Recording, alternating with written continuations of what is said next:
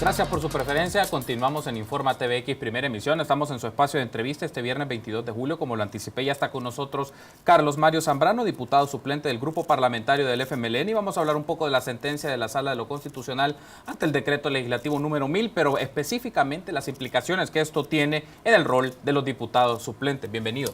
Bueno, muchas gracias, Carlos Monterrosa.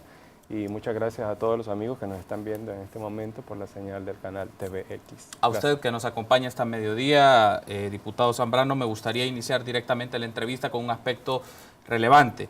Correcto. ¿Cuál es el posicionamiento que tiene en este momento el grupo parlamentario del FMLN ante la sentencia de la Sala de lo Constitucional sobre el decreto 1000 específicamente? Vamos a dejar por un momento de lado el tema de la emisión de los títulos valores, que era de fondo el contenido del asunto, pero más bien de los diputados suplentes. ¿Cuál es el posicionamiento que tiene el grupo parlamentario del FMLN? Bueno, mira, nuestra posición, que un poco se expresa en la explicación lo que sucedió ayer, es que creemos que hay algunas instancias a las cuales nosotros debemos todavía acudir. Y ayer fue justamente que acudimos una buena parte, creo que todos los diputados suplentes del grupo parlamentario del FMLN nos abocamos a la Corte Suprema de Justicia para, en el uso de nuestro derecho de acción, poder interponer un recurso de amparo ante la Corte Suprema de Justicia en pleno. Esto, ya lo decía, un poco, bueno, con base a nuestro derecho de acción, que lo tiene todos los ciudadanos y que se expresa en algunos momentos como derecho de petición, y evocando el artículo 182, numeral primero, que tiene que ver con que la sala en pleno, dentro de sus facultades, también está el conocer de recursos de amparo. Entonces, nuestra posición de momento es que creemos que hay algunos espacios, algunas instancias que todavía no se han agotado acerca de esta resolución que, como tú mismo lo dijiste, tenía el objeto de declarar inconstitucional la emisión de bonos, pero que los jueces, en este caso los magistrados de la Sala de lo Constitucional, violan el principio de congruencia y incorporan dentro de las peticiones, no solamente la que decía, valga la redundancia, el peticionario, sino que incorporan esta, que es la declaración de la inconstitucionalidad de la elección de los diputados suplentes. Hay dos aspectos que a mí me llaman la atención de la sentencia emitida por la Sala de lo Constitucional respecto a esto. El primero se llama la utilización fraudulenta de la figura de los diputados suplentes para el mecanismo de votación, por el caso de la emisión de títulos valores del decreto legislativo número 1000. Pero por otro, el aspecto de que los suplentes ya no podrán ejercer sus actividades porque carecen de legitimidad democrática popular. ¿Cuál es su posicionamiento ante esos dos puntos de la Sala? Fíjate que lo que está planteando la Sala, a ver, nosotros dentro del amparo establecimos, entre otros, de los derechos que nos están violentando, es el derecho a la seguridad jurídica. Creo que la gente, bueno, es importante saber entender esta parte, porque resulta que ahora se nos está juzgando a nosotros, por eso que tú has manifestado, que tiene que ver con una interpretación nueva de la Sala, que la hace pública el miércoles 13 de julio, pero que cuando nosotros nos inscribimos en el año 2015, esa interpretación no existía. De manera que lo que nosotros hemos hecho es, de acuerdo a la Constitución y de acuerdo a la ley del Código Electoral, es cumplir con todos los requisitos para la elección de los diputados suplentes. De manera que el error de la Sala en este momento es que esa interpretación la está aplicando de manera retroactiva, o sea, hacia el pasado. Es lógico que ante esta nueva interpretación de la Sala, hacia el futuro, los nuevos legisladores suplentes, digamos, se cambie el mecanismo de la elección, pero es ilógico que a nosotros se nos quiera juzgar cuando esa interpretación el año pasado, 2015, que fue cuando nos inscribimos, que no existía, es ilógico que nosotros la vayamos a cumplir, porque en ese momento lo que se establecía era otro criterio con base a todo lo que está establecido en la Constitución y en el Código Electoral. Surge también la pregunta acerca de la imparcialidad de estos señores cuando dicen, bueno, es importante que esta resolución también se ejecute de manera retroactiva. Pero ¿retroactiva hasta cuándo? Porque también quiero decirles que estos 4 magistrados, 2 de los cuales se eligió de manera ilegal, fueron elegidos con votos de diputados suplentes. Entonces, lo más lógico te indica de que los 4 magistrados, más el suplente que votó, que lo llamaron a votar, los efectos de esta sala lo hubieran hecho exclusivamente hacia el futuro y no de manera retroactiva.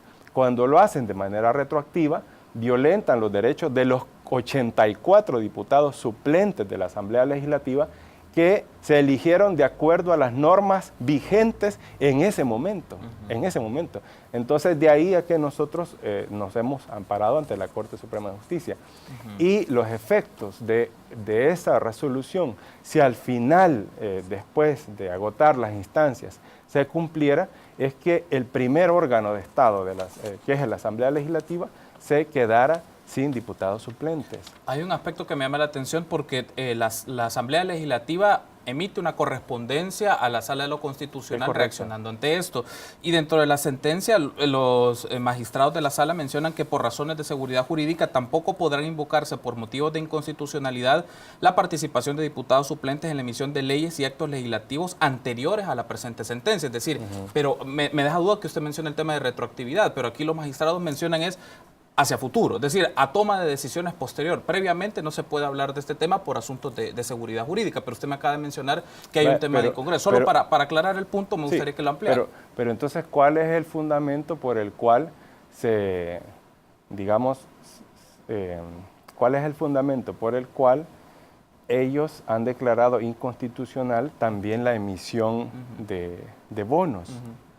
¿Y cuál es la objetividad hacia hasta dónde se puede aplicar de manera extensiva? Ese es otro principio que ellos han establecido, de manera extensiva hacia atrás, hasta dónde poderlo aplicar y a dónde queda la objetividad entonces cuando dicen que se puede aplicar de manera objetiva, pero no alcanza hasta la decisión tomada con suplentes en la elección de los magistrados, de estos 4 magistrados. Hay otro asunto que me gustaría tener su apreciación. O sea, yo lo que te quiero plantear, así dejarlo plantado, claro, es que de verdad que existe una enorme subjetividad a la hora de resolver de esta forma como ellos lo están haciendo. Primero, la sentencia tiene varios vicios y es que violenta varios principios que ayudan a adecuar los efectos de las resoluciones judiciales en este caso.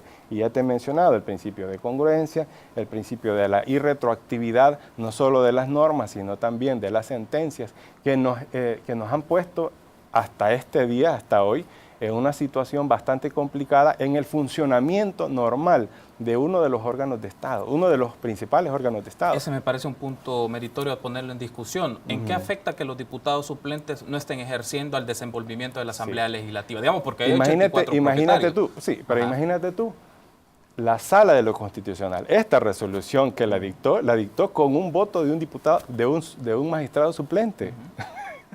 Bueno, entonces, creo que de fondo, ¿cuál es el punto aquí? El punto es de que el funcionamiento de la Asamblea Legislativa, de los diputados, que no solamente tienen que ver con atención a las responsabilidades en los trabajos de las comisiones. Te pongo un ejemplo. Hay, en la Asamblea Legislativa, cuando son electos los diputados y las diputadas, lo primero que hacen, y eso está en la Constitución, es que sientan a los jefes de los grupos parlamentarios y toman un acuerdo, que es el famoso protocolo. En ese famoso protocolo se establecen quiénes son los que van a subir a la Junta Directiva, pero también quiénes son los que van a integrar las distintas comisiones de trabajo en la Asamblea Legislativa. Y a partir de quiénes son los que integran las comisiones en la Asamblea Legislativa, se determina cuánto es el número mínimo para que las comisiones puedan funcionar. Puedes tú imaginarte, por ejemplo, que esto ocurre de verdad muy seguido. Cuando un diputado de San Miguel, de Morazán, de Santa Ana, no puede venir a la reunión de la comisión o a la reunión de las distintas comisiones donde se encuentran por responsabilidades adquiridas con sus votantes en el departamento, asociaciones, reuniones con empresarios, etcétera. Lo que hacen cuando eso sucede es que llaman al jefe parlamentario y le dicen, mire, deme una sustitución porque hoy no voy a poder llegar a la comisión, y para eso están los diputados suplentes, que son idealmente, diputados suplentes que deben darle un seguimiento constante al trabajo de la comisión para saber de lo que se está discutiendo. Sí. Entonces, el jefe parlamentario manda una nota al presidente de la comisión diciéndose se sustituye al diputado propietario por el suplente para esa comisión. Y de esa forma se trabaja en las comisiones. ¿Qué podría pasar ahora que no hay suplentes? Lo que podría pasar ahora que no hay suplentes es que ante la falta de suplentes y que no se pueden sustituir, lo que podría pasar es que las comisiones no lleguen al quórum suficiente para que puedan trabajar según la ley. Y si no hay quórum suficiente y si no hay comisiones, entonces no van a haber dictámenes para que suban esos acuerdos al pleno y se pueda votar. Eso es solo uno, pero también pueden haber otros casos extremos. Una idea de lo que me mencionaba, con el ejemplo que usted acaba de mencionar, me surge esta duda. Bueno, entonces, ¿a qué antepone el diputado? ¿El trabajo parlamentario o el trabajo partidario? Porque claro, necesitan que al final son los diputados titulares los que trabajan en las comisiones. Creo que todo esto va a servir para que la gente se dé cuenta de todo el trabajo que hay en la Asamblea Legislativa. También es trabajo parlamentario el estarte reuniendo con tus representados en el territorio. La gente de Morazán, la gente de La Unión, la gente de Santa Ana, difícilmente va a venir hasta donde está el diputado. Y lo que generalmente se hace es que no se condicionan las actividades de la Asamblea Legislativa en las reuniones de las distintas comisiones en la Asamblea Legislativa, no se condiciona no tienen como condicionantes estas reuniones que hay en el territorio de acuerdo a los horarios y de acuerdo a las reuniones que tienen los parlamentarios en la Asamblea Legislativa. Casi siempre es al revés. Estoy diciendo algo que sucede. A ver, un ejemplo claro de esto. Una asociación de ganaderos, por ejemplo. No le preguntan al diputado, mire, diputado, ¿qué día tiene usted la reunión de la Comisión de Hacienda, de Agricultura, qué sé yo, donde él esté, para que de acuerdo a esa reunión que usted tiene allá, nosotros vamos a modificar la reunión que tenemos con los ganaderos? No funciona así. Lo que funciona es justamente al revés. Las personas representadas, en este caso, estoy poniendo el ejemplo de una asociación de ganaderos, definen su día y hora de reunión, punto. Y lo que le dicen al parlamentario es este día. Entonces queda a condición del parlamentario de reunirse con sus representados, que sería en este ejemplo los señores ganaderos, o ir a la comisión. Y a veces, créeme que es tan importante, no solamente el trabajo de oficina, como muchas veces nos dicen, no solamente el trabajo de oficina es importante, sino el trabajo territorial en representación de estos sectores que le dan los votos a los diputados y las diputadas. Entonces, ese es solo un ejemplo. Están los más extremos: muerte, enfermedad, que puede pasar, accidentes, y hay otros casos también. Diputado, tengo que hacer una pausa, pero me gustaría que ampliemos este aspecto en la segunda parte de la entrevista, si le parece. Estamos hablando en esta oportunidad con Carlos Mario Zambrano, diputado suplente del Grupo Parlamentario del FMLN. Hablamos de las sentencias de la Sala de lo Constitucional y el rol de diputado suplente. Permítanos una pausa y volvemos con más en el espacio de entrevista de Informa TVX, primera emisión.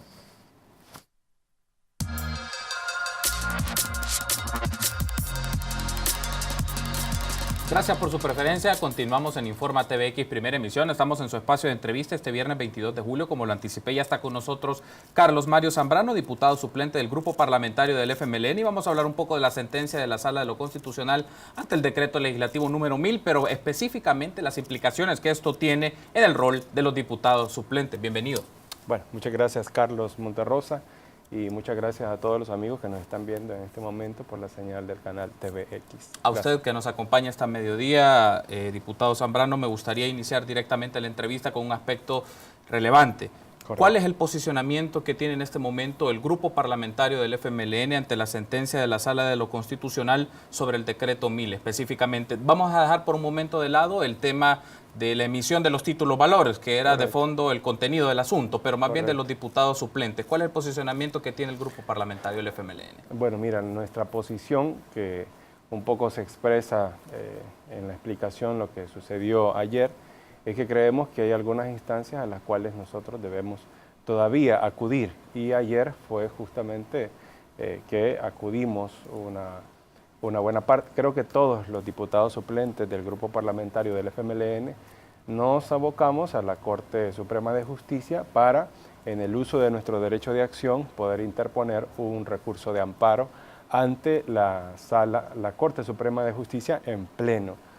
Esto, ya lo decía, un poco, bueno, con base a nuestro derecho de acción, que lo tiene todos los ciudadanos y que se expresa en algunos momentos como derecho de petición, y evocando el artículo 182, numeral primero, que tiene que ver con que la sala en pleno, dentro de sus facultades, también está el conocer de recursos de amparo. Entonces, nuestra posición de momento es que creemos que hay algunos espacios, algunas instancias que todavía no se han agotado acerca de esta resolución que, como tú mismo lo dijiste, tenía el objeto de declarar inconstitucional la emisión de bonos, pero que los jueces, en este caso los magistrados de la Sala de lo Constitucional,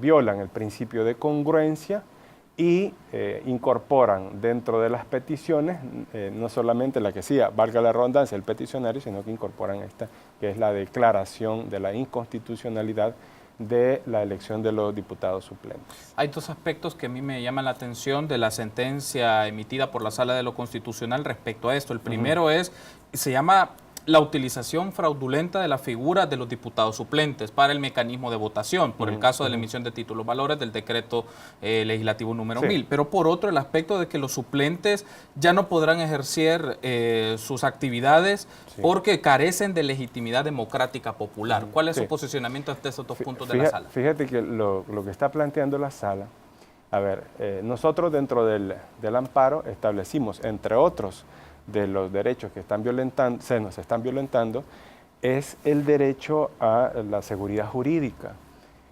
Creo que la gente, bueno, es importante saber entender esta parte, porque resulta que ahora se nos está juzgando a nosotros, por eso que tú has manifestado, que tiene que ver con una interpretación nueva de la sala, que la hace pública el miércoles 13 de julio, pero que cuando nosotros nos inscribimos en el año 2015, esa interpretación no existía.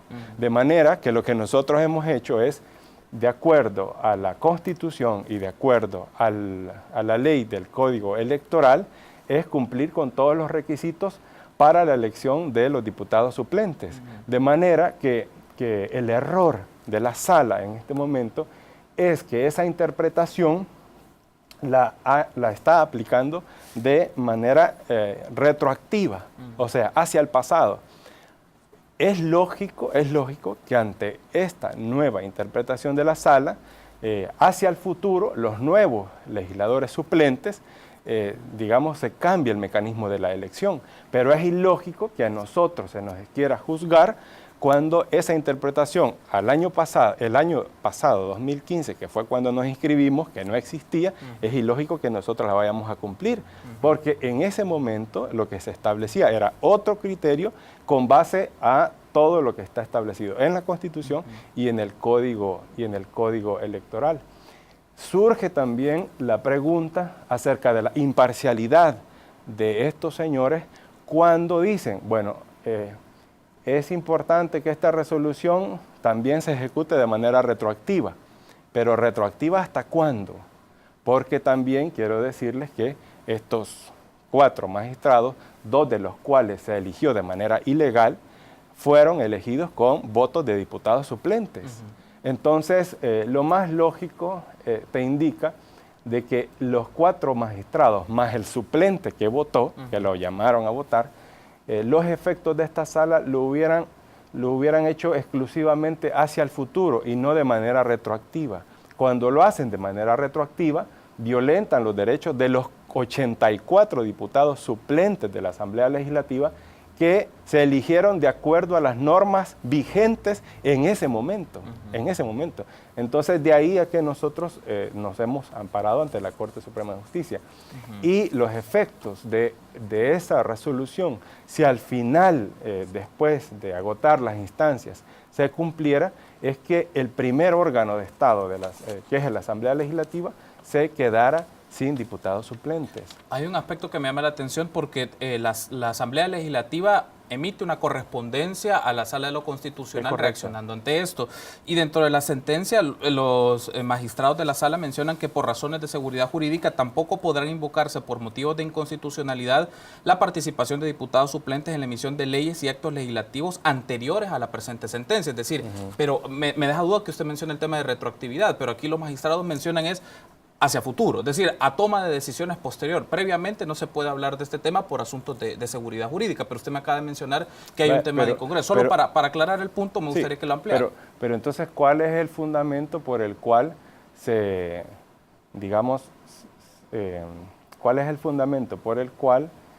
ellos han declarado inconstitucional también la emisión de bonos?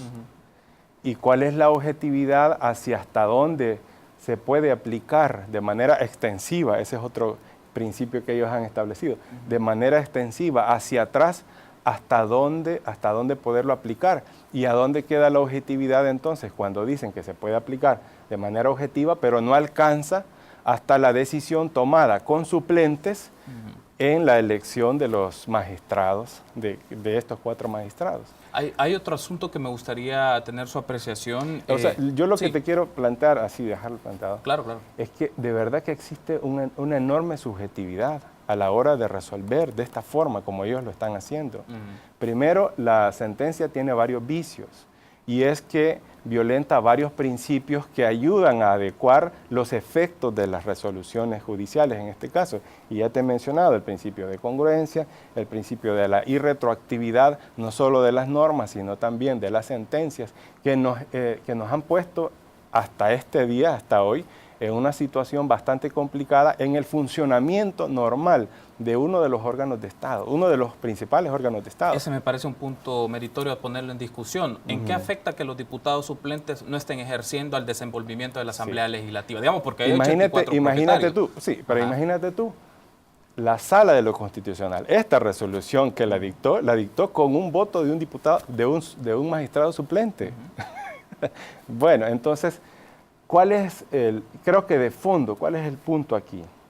El punto es de que el funcionamiento de la Asamblea Legislativa, de los diputados, que no solamente tienen que ver con atención a las responsabilidades en los trabajos de las comisiones. Te pongo un ejemplo.